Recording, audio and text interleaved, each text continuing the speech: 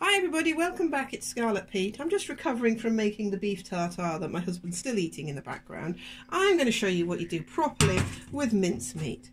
So we used the mincer earlier and we cleaned it out with, as in cleaned it after making the meat, with some bread and an onion in there. So I'm going to first of all put the bread and the onion in the bowl. There we go, look, see? I've got a bit extra onion here I chopped up. So I'm going to add some more onion because I like my burgers with plenty onion in. I'm going to add some beef, ground beef, raw at the moment, but we will not be eating it raw because this is not beef tartare. There we go, just like that. What I'm also going to add into it is some salt, some pepper, just like that, and an egg. Free range, fresh from the chicken's bum. Nice. I didn't really show that off very well doing that, did I? 'Cause my hands were in the way. Now then, one other thing we can do if we haven't got bread, well, my mum would have added porridge oats. That would be to stretch it because we were poor when I was little. I'm going to mix this up really well. Now the secret with making beef burgers is to mix the meat. Actually, this hasn't got enough fat in it, so they're probably not going to stick together because we're using his beef tartare mince. So you would need a percentage of fat that isn't in this one. But what the secret is they have to be mixed till they're sticky. Something changes in the meat when it's being mixed together and it becomes really sticky and gluey. It releases, I can't remember, oh, it's just starting to happen. Look, I think it's called an enzyme, I'm not 100% sure. But you see it starts to stick together and this is the point you want it to be at. You can see that's coming together really nicely. What I'm going to do, because we haven't got much binding yet, I'm going to add a little bit more porridge oats as I haven't got any more bread to add into it. You can use breadcrumbs. And I'm just going to continue mixing that now. It's coming together really well. Then what we're going to do is create some round balls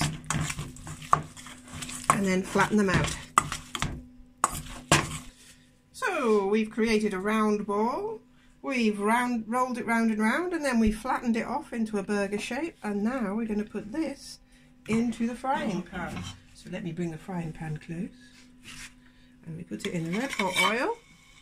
Look at that. Second one in. Let it sizzle away and cook nicely.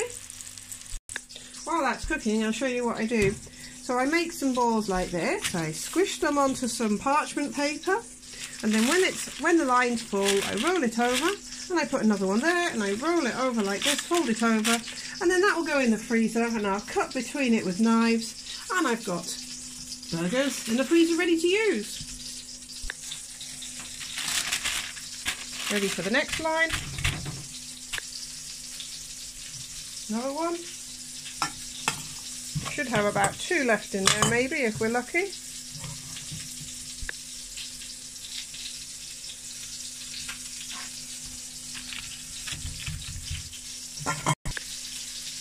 Last one. And then fold that over, and as I say, that will go in the freezer now to freeze on a flat surface. Then we'll cut between and put them in plastic bags. Meanwhile,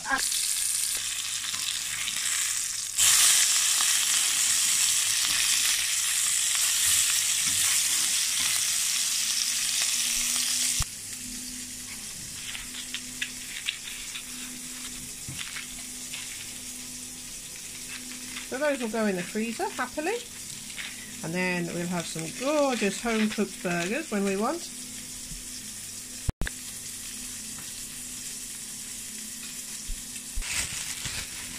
And we'll stick them in a bag.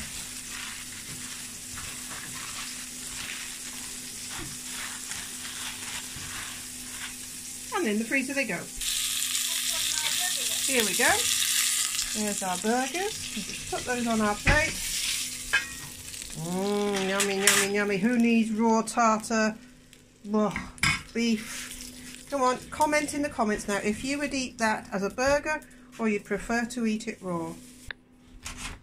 Nice bit of homemade bread with some homemade butter that we made earlier.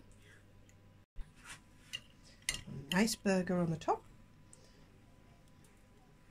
Look at that from the side. That is how you eat your home-reared, pasture-fed, gorgeous beef.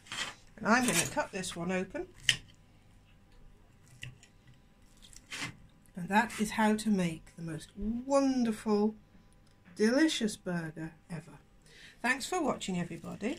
Please like, subscribe and share.